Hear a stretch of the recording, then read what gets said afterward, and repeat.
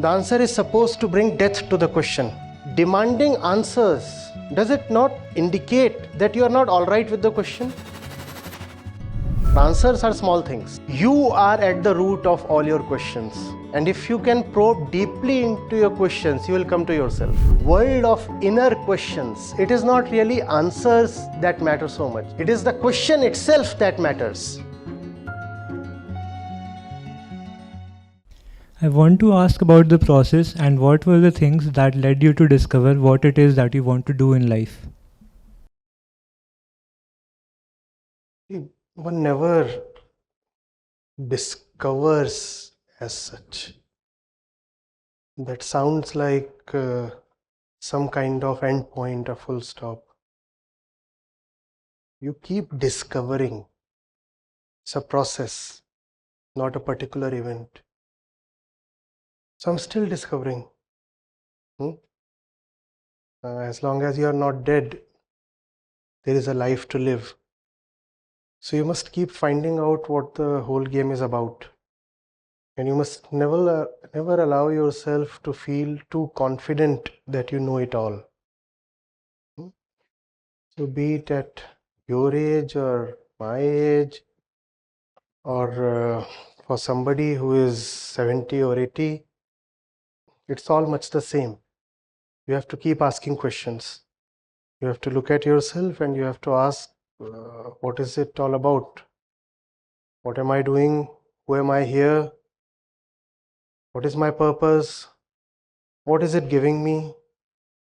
Am I repeating my old actions and decisions in some new form? And if I'm just repeating, will that give me some kind of new results? Am I really sure I know the direction that I'm taking, or am I just following the crowd? These questions must always be alive. The brain has a tendency to settle down quickly. It does not want to remain in a state of ambiguity. It does not want to feel that the matter, the question is still hanging in balance. So we want to just settle things quickly and say, this is the issue and this is the decision. Don't let that happen. Let things remain open. That is a bit uncomfortable to live with, but being uncomfortable is much better than being deceived. A lot of us who are well settled with their answers in life about academics, about career, about personal things, might be feeling comfortable that the thing is done, dusted, sealed. But what if the answer sheet that you are submitting does not contain the right answers? It's better to stay with the questions for a bit longer, is it not? Than to just write some answer and assure yourself that you have done it, and the examination or assignment is and you dispose of the whole thing. That doesn't work in our favor. I'm still discovering. As I speak to somebody like you, as I go through the normal events of daily life, I still want to keep learning. I'm a student, much like you. Thank you, sir. Yeah. Similarly, even when I have rendered some kind of response to a question, that does not mean that the matter is settled or the issue is now closed. I'm very prepared and I eagerly welcome any kind of counter questions, even rebuttals. That's fine.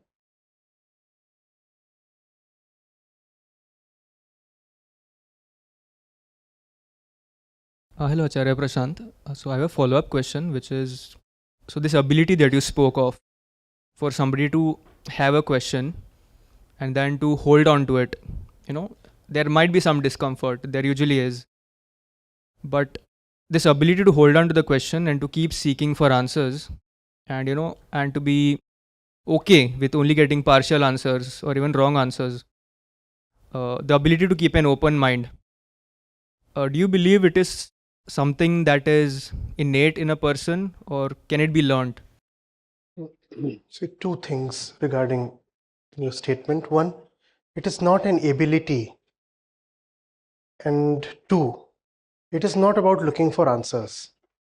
Because the moment you say it's an ability, some part of it would be definitely attributable to innate factors. And the moment you say that something is innate, you have gone into genetics straight away. Have you not? The old nature versus nurture thing. So nothing is innate. It's a matter of choice. It's not an ability, it's a decision. You have to decide to be all right with discomfort. It's a decision that you make. It's not that you are born with a certain ability or that you are even taught to have that ability. No. You decide. It's, you could say, a matter of love. I love the truth so much, or I love myself so much, that I cannot allow myself to be settled with something deceptive or half truth. No, that won't do. It's a decision that you actively make for yourself. Over time, making that decision does become easier. Because the decision, as you rightly said, involves discomfort. Discomfort, a bit of the same type as you experience when you first hit the gym. But over time, gymming not only becomes easier, but probably becomes pleasurable, does it not?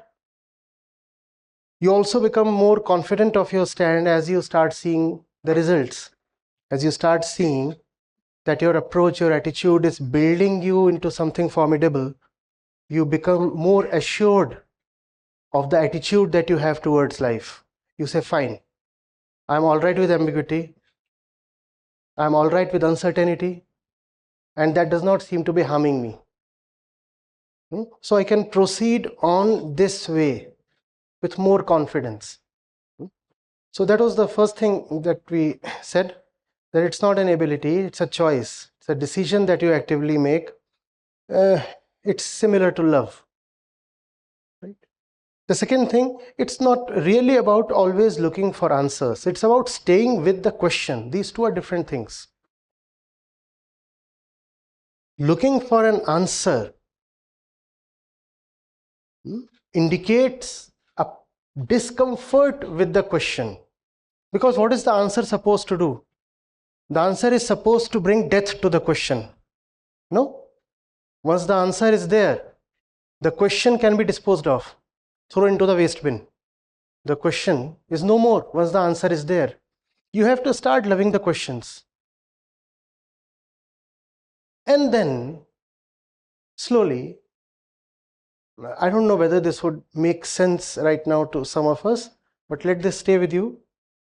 As you start feeling more comfortable living with questions themselves, you find that the solution, not the answer, but the solution to the question lies within the question itself.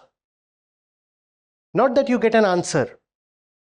You become so comfortable with the question that the question disappears. You get right to the root of the question because you have not been running away from the question. See, demanding answers. It'll sound strange, but stay with this. Demanding answers, does it not indicate that you are not all right with the question? Questions can be beautiful. They are not always to be returned with answers. Staying with the question, going right till the root of the question, takes you closer to yourself. And you will not go so deeply into the question if you do not like the question itself. Most of us like to have answers. We do not like questions so much, do we? We like to have good answers. We do not care so much for great questions. Have great questions and learn to live with them without bothering whether you have an answer or not. Answers are small things. We said you have to go right to the root of the question. Do you know what lies at the root of the question? Yes, tell me, sir. I have no idea what lies at the root. The root is the place the thing comes from, right? By definition. So where does the question come from? Where does the question come from? The root of anything is the place that thing comes from. So what will be at the root of a question?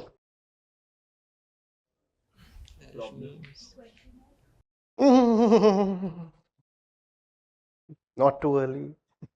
Yes, who will be at the root of the question? I've already answered in a way by using who, not what. Huh? Yes, the questioner. You are at the root of all your questions. And if you can probe deeply into your questions, you will come to yourself. You are at the origin of all your questions, just as the dancer is at the origin of the dance. The questioner is at the origin of the question. Doesn't the dance tell something about the dancer? Similarly, the question tells you a lot about yourself. If you want to know about yourself, you'll have to embrace the questions you have in life. You'll have to see where exactly do they spring from. And that is self-knowledge. That is self-knowledge. Now, how will you get to the root of your questions if you swat them away too quickly? Like things undesirable, huh? Like, pestering flies. Oh, they came to you and what did you do? Like a mosquito buzzing at your ears, what do? Go away. Will you ever know the mosquito? No. The questions are not always as buzzy as the mosquito. Just an example. Are you getting it? Solutions are great things. In the world of inner questions, it is not really answers that matter so much. It is the question itself that matters. And when you start understanding your questions, one, you start understanding yourself. Secondly, now the question has done its duty, fulfilled its purpose, and the question just disappears. Now the question is no more meaningful. Not that the question has received an answer. The question itself has been understood. So the question is no more meaningful or important to you anymore. So you just let it go. It goes away, it disappears. Is it too abstract? Too abstract?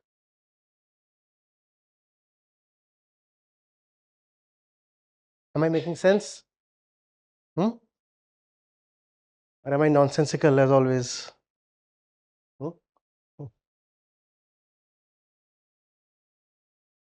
Yes, follow up. I kind of get what you're saying, but let me rephrase the question in a more practical view. Right. I know I can sit with the question better than, say, somebody in my family, right? And sometimes it might frustrate me that, in an interaction, it might frustrate me for a while that, that they can't see the question itself for what it is. So what the question I'm asking is there any practical advice you have, to interact with, say, people in your own family? That's it. In what kind of situation? When they are not ready to see where you're coming from? Yes. I mean, it can be for something even, very trivial. So I'll just give you a recent example. I joined here recently. I work as a research fellow. And my mother, just in a normal interaction asked me, like, do you have a lunch timing? Right, fixed time to have lunch. So I found the question very odd. So I asked her, what is a lunch timing? Why does it exist? She used to be a school teacher. She worked in a school. So I pointed out to her, that lunch break happens. It is there for a certain time, so that everybody can be synchronized. The classes get over at a fixed time. The mess or whatever is open at a certain time. So you have to be there for that certain time.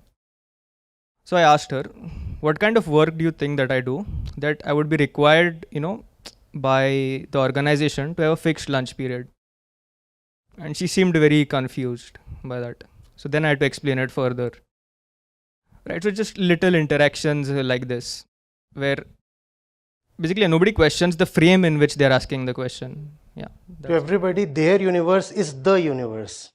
Right. Yeah, so I'm asking for practical advice, What you did was absolutely practical. Right. So this is an example where I think I handled it okay, but I don't always. You don't have to handle it. You just have to be spontaneous. Right. I mean, that's a choice of. It's a beautiful way, the way you said that, fixed lunch timings must be an organizational construct for a certain purpose. Yes. Now, does my life belong to the domain of that purpose? And that would pose something unfamiliar to her. It's something that she might not have thought of before. So it's a great way of interacting and letting the doors be open. Right. So, okay, there's no general, tips and tricks that you have. Okay, yeah, cool. Thanks.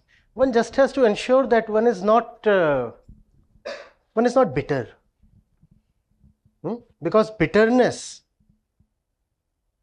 finds it very easy to creep in these kinds of interactions. You think you know, and you think that the other one does not know.